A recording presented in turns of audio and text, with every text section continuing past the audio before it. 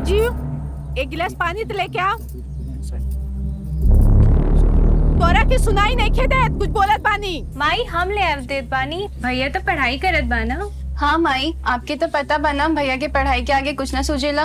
तई रहा दे, काम चोर कहीं का बड़का पढ़ाकू बनल बा। तो हंचो अपन पढ़ाई कर और हमारे मामले में मत पड़। आज त पानी इही दी। रुक जो, आज हम एकरा के बताओ तो। अरे तोरा के सुनाई नहीं खे देत?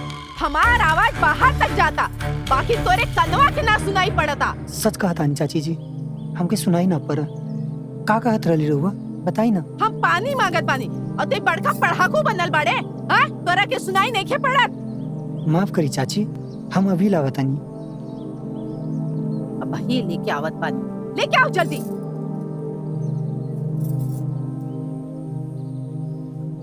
चाची ली। ये जूट गिलास में हमरा के पानी देत बाड़े। ना चाची, ई किचन से लेनी है। वहाँ तो सारा बर्तन साफ रहेला।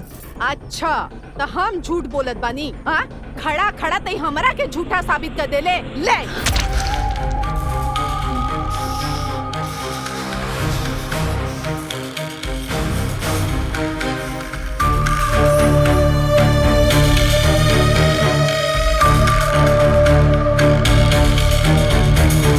भाई बहन ना एक जैसन बाड़े।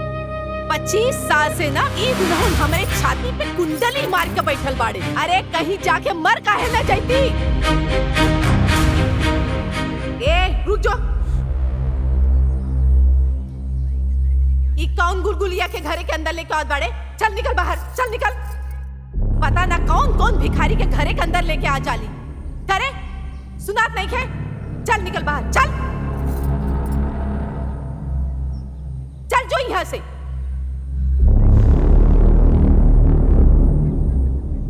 और तई तई हमरा के का ताकत बाड़े? चल अंदर चल। पता ना केकरा के घरे में उठा के लेके आ जा। करे तोर कान पातर हो गइल बा, हम तोरा से बोलत बानी। चाची जी रोज रोज कोनो न कोनो बात के लेके पतंगड़ करेली। कुछ बोल दी तो बुरा लग जाए, कुछ ना बोली तो और घातक। आखिर हम करी तो करी कहाँ? आप बता दी। तई ना हमरा के बख्श दे। तोरा के जहाँ जाइक बना वहाँ जो। तई हमरा के ना फूटी आँख ना सोहाले। चल दूर हो जा हमारे आँखी के सामने से। पगला गल बाड़ू का? हाँ, ई घर छोड़ के कहाँ जाई? घर छोड़ के कहाँ जाई? ई घर ओकरे हो। ई घर से जाई तो विदा होकर जाई। कन्यादान हम करब। अच्छा, तो कन्यादान तू करबा? आपन लड़की तो नहीं खे देखात, वैसे ही घर एकर कैसे हो गई? और ये का कैले बाई घर खातिर? बस दिन भर शिव जी का ढोंग करत रहेली। ऊपर से एकरी भाई एक बार कुर्सी पे बैठ जाला तो उठे का नाम ही ना लेला।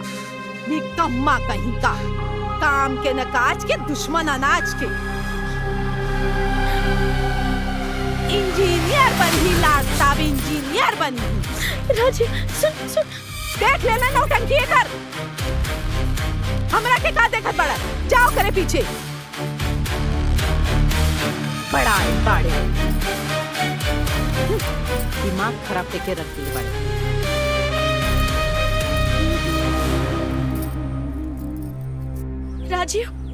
राजीव सुन तो सुन। चाची जी के रोज रोज किट से परेशान हो गए बानी। पढ़ाई में मन नहीं के लागत। छोट छोट लइकन के पढ़ा के अपन गुजारा करतानी। हम कहीं घर में ना रहे के बा। बस शांत हो जा, शांत हो जा। देख हम अपन शिव जी से प्रार्थना करें, वो कोनो रास्ता जरूर दिखाएंगे। और अगर शिव जी चाहिए तो हम जल्दी यहाँ से चले जाओ। काहे चली जाइबू? ये घर तोरे बाबूजी के नाम बा। तोहरा दोनों के घर से निकाला के केहू के हक नहीं खे। और अगर केहू एक घर से जाई तो तुहार चाचा और चाची। अगर चाची जी के ही घर चाहिए तो ले लेस। वैसे भी रिश्ता कागज पे लिखे चंद शब्द से ना बनेला, रिश्ता तो दिल से बनेला। और जहाँ तक ये घर के बात बा, ना तो चाची जी एक अपने सीना पर रखकर ले जाई, ना हम। हाँ, हम अपने हिस्सा के चैन सुकून जरूर लेके जाए भी घर से। चल भाई चल। बेटी बेटी बेटी, तू तो घर का लक्ष्मी बाड़ू। तू घर के छोड़ के चल जेबू तो हमार कारोबार बर्बाद हो जाई। हम करब राजू के पढ़ाई के इंतजाम। ना ना चाचा जी, अगर आप इंतजाम करिए तो चाचा जी के पता चल जाए, वो आपके जीना हराम कर दी। हमार भोलेनाथ जरूर ऐसा रास्ता निकली कि सांप भी मर जाए और लाठी भी ना टूटी। आप चिंता ना करिए चाचा जी।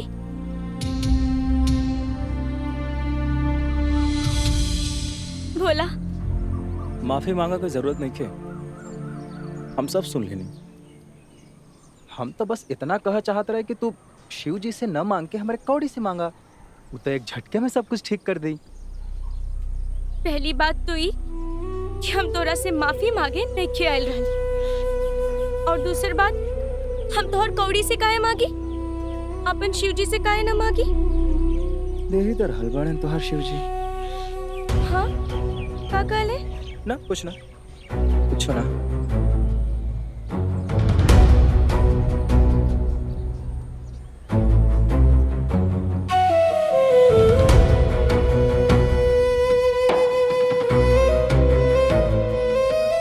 समय पहले की बात, एक राजा था, उसके पास बहुत सारे पैसे, बहुत सारा धन, बहुत सारी चीजें थी। और एक दिन भगवान जी ने उससे पूछा कि तुम्हें तो मैंने सब कुछ दे दिया है, फिर भी तुम इतनी पूजा क्यों करते हो? तो उसने कहा कि आपने मुझे सब कुछ तो दे दिया है, पर मुझे तो आप चाहिए, सिर्फ और सिर्फ आप। तो भगवान जी ने कहा कि तुमने मुझे याद किया, इसका मतलब ही है कि मैं तुम्हारे पास, क्योंकि मैं जिसे चाहता हूँ वही मुझे याद करता है। इसी से कहानी यहीं पर समाप्त होती है। दीदी, शिव जी आपके हर एक इच्छा पूरा करेले, तकाऊ हमरो भी हर एक इच्छा पूरा करी है। काहे ना करी है? सच्चे दिल से मकबू तो जरूर पूरा करी। मांग के देख ला। जी प्रभु, हम जेकरा से प्यार करनी ओकरा से हमार शादी केहू ना होखे दे, यही से हम भाग के शादी करे चाहतानी प्रभु। अब हमार ब्याह में कोनो बाधा ना आवे, ये सब हम रउआ पे छोड़तानी। का शिव जी से जौन भी मांगिला वो पूरा होला? शिव जी का तो पता नहीं, बाकी कौड़ी से जौन भी मांगा वो पूरा हो जाला। संध्या ये कौड़ी के सिद्ध कैले भाई। अच्छा, ये कौड़ी बहुत चमत्कारी बा। अच्छा, तोरे दिल में भी अगर कुछ हो तो तू मांग सकला।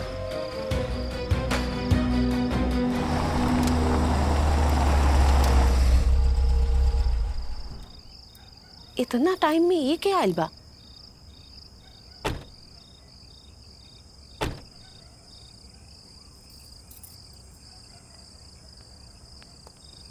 रउआ क्या है? हम शकुंतला देवी हैं, बगल के गांव के सरपंच। आई आई बैठी बैठी बउआ, आप आई ना, बैठी।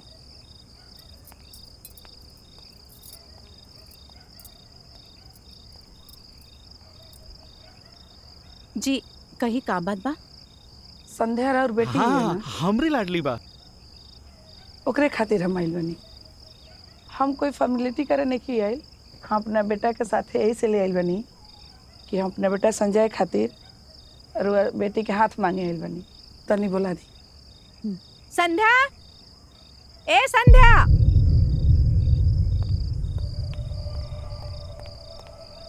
जी चाची जी। तोरे रिश्ता का बात करी आइल बड़ी।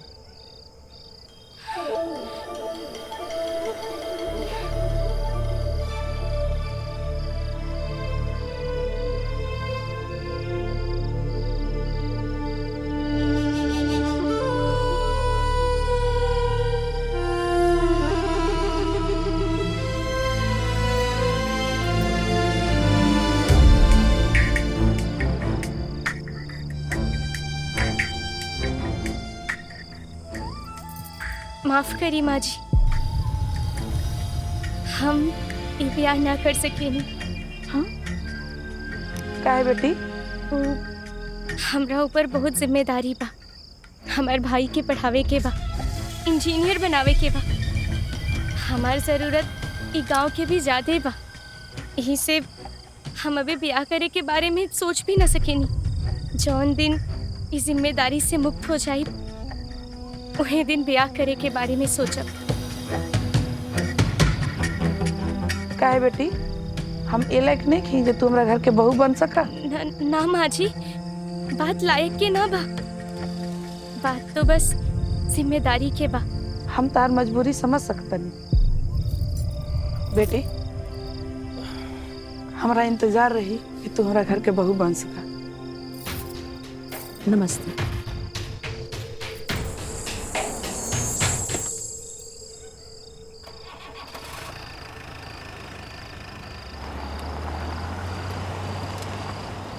देखनी हा कितना बड़ घर से रिश्ता आइल रहे, लेकिन ई महारानी ठुकरा देहलस।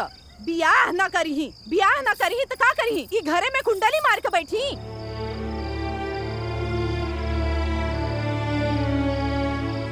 जा जा चली जा, बियाह ना करही।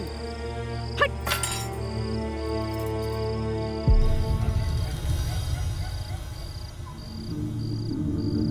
मिल गइल मन के शांति, पड़ गइल कलेजा में ठंडक। बड़ा संस्कार वाली लड़की हिया, पूजा पाठ वाली हिया। हमरा घर में पतोह बन के आई तो उ संध्या हुई। सरपंच साहिबा, तारा सरपंची के का फायदा? आ गइलू ना नाक कटा के। हाँ, हम आज भी चाहता नहीं कि संध्या ही हमरा घर के बहू बने। अरे नाक तक कटा ही देले बारू, साथ में हमार कॉलर पे दाग भी लगा देले बारू। अब हूँ तो हाथ दिल के कौनो कोना में थोड़ बहुत टीस बचल बा, तू जा हाथ जोड़ के संध्या से भीख मांगा कि प्लीज हमार झोली में बहू होके का भीख दे दो। हम आज भी कहता नहीं संध्या ही घर के बहू बनी। भोले बाबा से प्रार्थना ये करब उहे हमरा घर के बहू बने। अगर ऐसा न होता तो हम भोले बाबा के उपवास रखब। हम कसम खाता नहीं कि मरते वक्त भी गंगाजल की एक बूंद भी मुंह में ना डाला। बहुत बढ़िया, तू मांग लू और भोला बाबा तोहर झोली में डाल दिल। ई रहल तोहर बहु संध्या। इतना आसान बा। चला हमू देखत तानी कि भोला बाबा तोहार मनोकामना कब पूरा करी है और हम कब दूल्हा बनब। एक बात सुन ल माई, आज हम तोहरा के एक वचन देत बानी कि जब तक तू न कहबू कि बेटा शादी करा, तब तक हम ब्याह ना करब।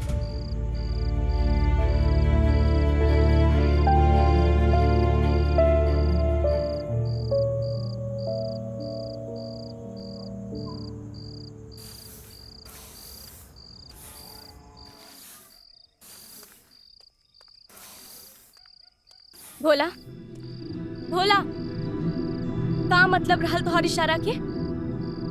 देखा, हम कोनो दया के पात्र नइखे बानी। हम पे कोनो सहानुभूति दिखावे ई हमके तनिको बर्दाश्त नहीं की। तो तू हिया से जा सकेला और दोबारा हमके दिखाई जिन दिया। सुनाई पड़त बा? ई तो ना हो सकेला संध्या। तो ही तो हमके 3 टाइम के खाना पे रोकलू और वचन लेलू कि हम आजीवन तोहरे साथे रहब, और हम दिहल वचन तोड़ित नहीं। अच्छा, तो आज एक और वचन था कि तू दोबारा हमसे कबो न मिलबा।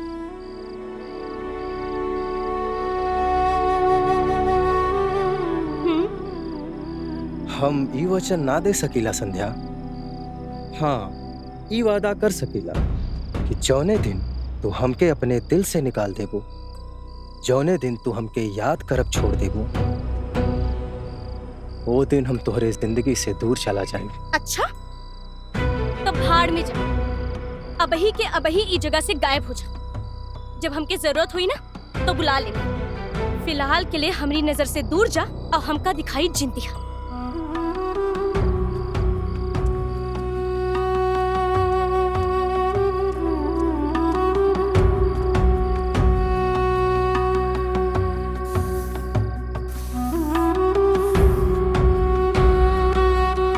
पंडित जी की बेटी रनिया के जाना था ना? हाँ। अरे वो निकल गई। निकल गई? कब? कैसे? वो तो ठीक है ठाक रहे, वो कुआरे में चल गई। भगवानों के लीला परम्पार बा ये भाई। अरे मरल नहीं खे। हाँ, वो शादी करे काहे निकल गई। वो आन जात लड़का के साथ थी। अरे के करा साथे? अरे वो झमुआ के बेटा झुंझुनुआ बा ना मेरे साथी गाँव का नाक कटवा देहलस।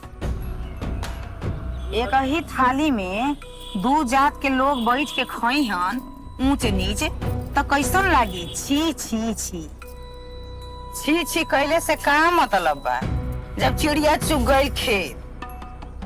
ठीक कैली रानी, हमनी खाते तो पूरा रास्ता ही आसान कर देली।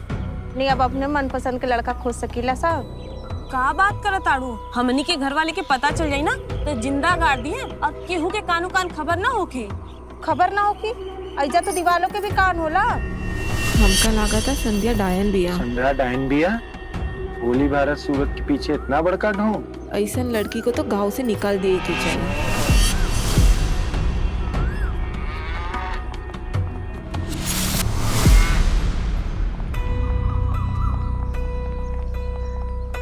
अरे निकल बाहर संध्या, निकल निकला संध्या, बाहर निकलो।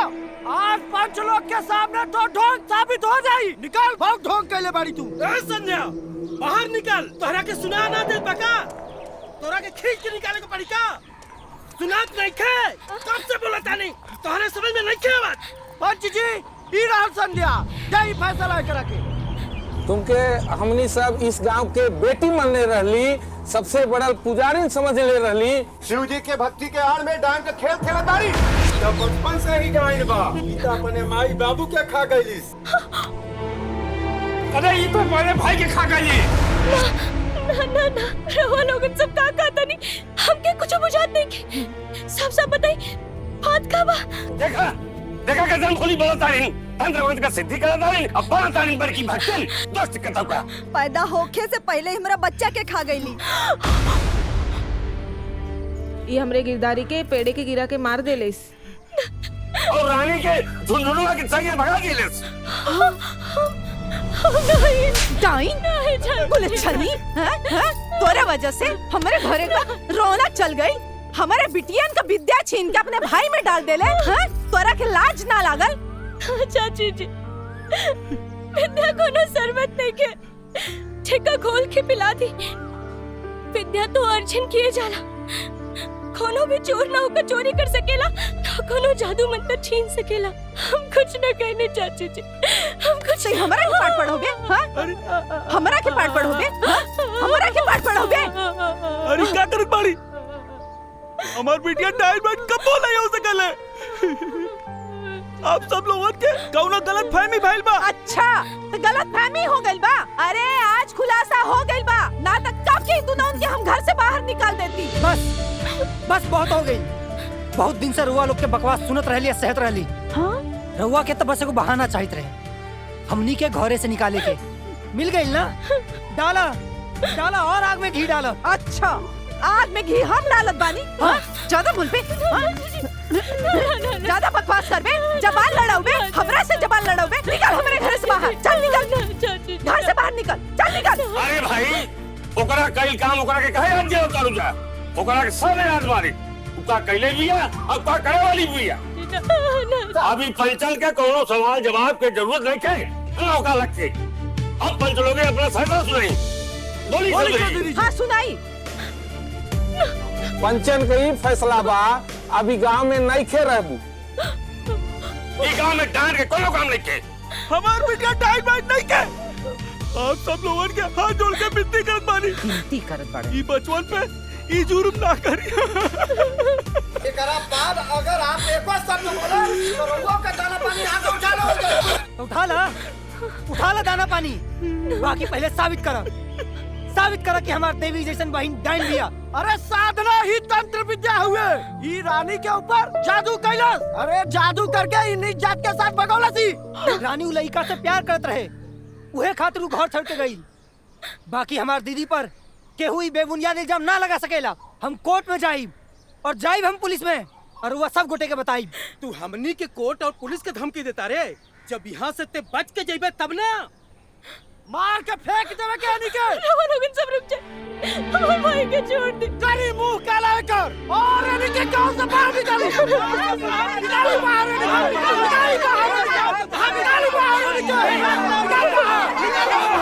हमें गांव छोड़ के चल जा।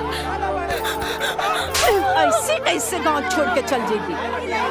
जहाँ जाइबे सबके परेशान करबे। बोल ऐसे कैसे तोके जाई दे? बोल हाँ तोरे मुहे में करिखा लगाई ना तभी घर से तोरा के जाई। रुक अब हम करिखा लेके आवत बानी। चाची जी